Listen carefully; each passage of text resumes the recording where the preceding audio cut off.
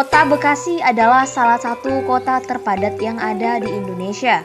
Nama kota Bekasi sendiri sudah beberapa kali mengalami perubahan, yaitu yang pertama adalah Candrabaga, yang kedua adalah Bagasasi, yang ketiga adalah Bekasi, dan yang terakhir adalah Bekasi hingga sampai sekarang. Selain menjadi salah satu kota terpadat, Bekasi memiliki banyak sejarah dan bukti perjuangan masyarakat Bekasi dalam kemerdekaan Indonesia loh. Salah satu bukti perjuangan masyarakat dalam kemerdekaan Indonesia melawan penjajah adalah Gedung Juang Bekasi. Gedung Juang Bekasi ini menjadi salah satu tempat bersejarah tentang Bekasi dari pra dan pasca kemerdekaan. Gedung Juang Bekasi atau yang lebih dikenal dengan nama Gedung Juang Tambun adalah salah satu situs yang terletak di Kecamatan Tambun Selatan, yaitu di Jalan Sultan Hasanuddin nomor 39, Setia Dharma, Kecamatan Tambun Selatan, Kabupaten Bekasi, Jawa Barat, yang dimana gedung ini berada tepat di depan Stasiun Tambun. Saat ini, Gedung Juang Tambun difungsikan sebagai Museum Bekasi yang dikelola oleh pemerintah Kabupaten Bekasi. Gedung Juang Bekasi dulunya disebut sebagai Landhuis Tambun atau dikenal sebagai gedung tinggi oleh warga setempat. Gedung ini dibangun oleh seorang kapitan asal Cina yang bernama Kou Chengqi, seorang tuan tanah di daerah Tambun yang memiliki kebun tebu yang luas. Gedung ini sudah mengalami 2 tahap pembangunan, yaitu pada tahun 1906 sampai 1910 dan tahap kedua yaitu di tahun 1925.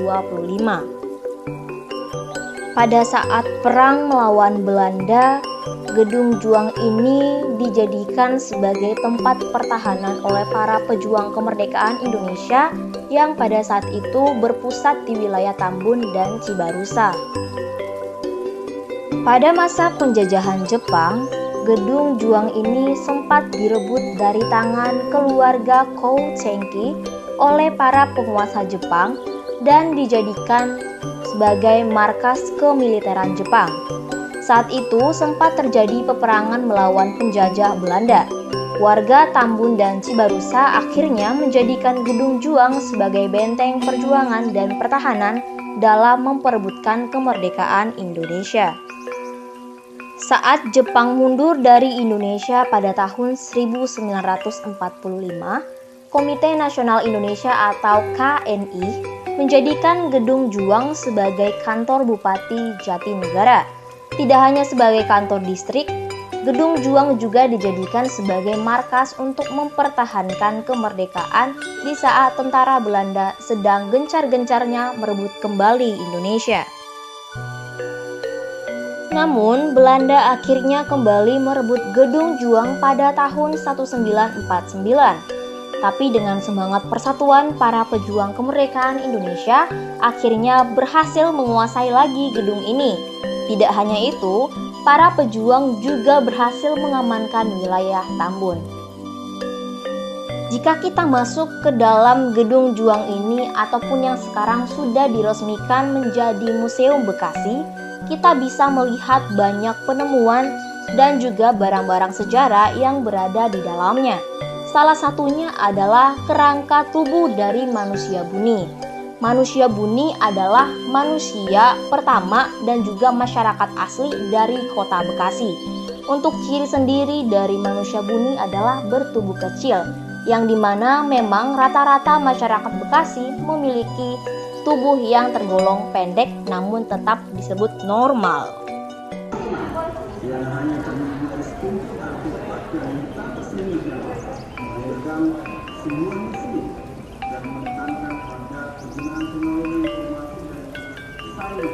Hal ini dilakukan guna memberikan edukasi dan sarana rekreasi pada masyarakat ini, khususnya masyarakat komunitas, untuk berinteraksi dan berdialog dengan perantau tanpa lupa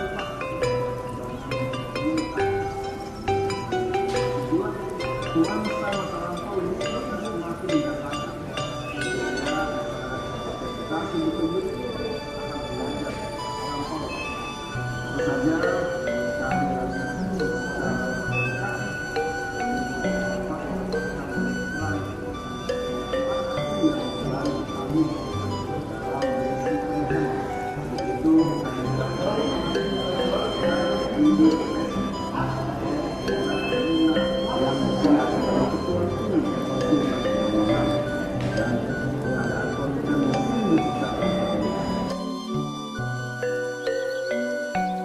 Proses revitalisasi Gedung Juang Bekasi dilakukan pada masa pemerintahan Bupati Bekasi, yaitu Bapak Eka Supriya Atmaja. Beliau juga yang meresmikan Gedung Juang Bekasi menjadi Museum Digital Gedung Juang Bekasi. Namun, walaupun mengalami revitalisasi, tetapi bentuk bangunan itu tetap dipertahankan. Revitalisasi dilakukan untuk mempercantik bangunan dan menarik minat para pengunjung untuk belajar sejarah. Perubahan nama Gedung Juang Bekasi menjadi Museum Digital Gedung Juang Bekasi dikarenakan pada proses revitalisasi, pemerintah Kabupaten Bekasi memilih konsep yang digital milenial. Konsep digital milenial ini bertujuan untuk menarik minat anak muda yang mengunjungi museum, sehingga mereka lebih bersemangat untuk mengetahui sejarah Bekasi di masa lampau.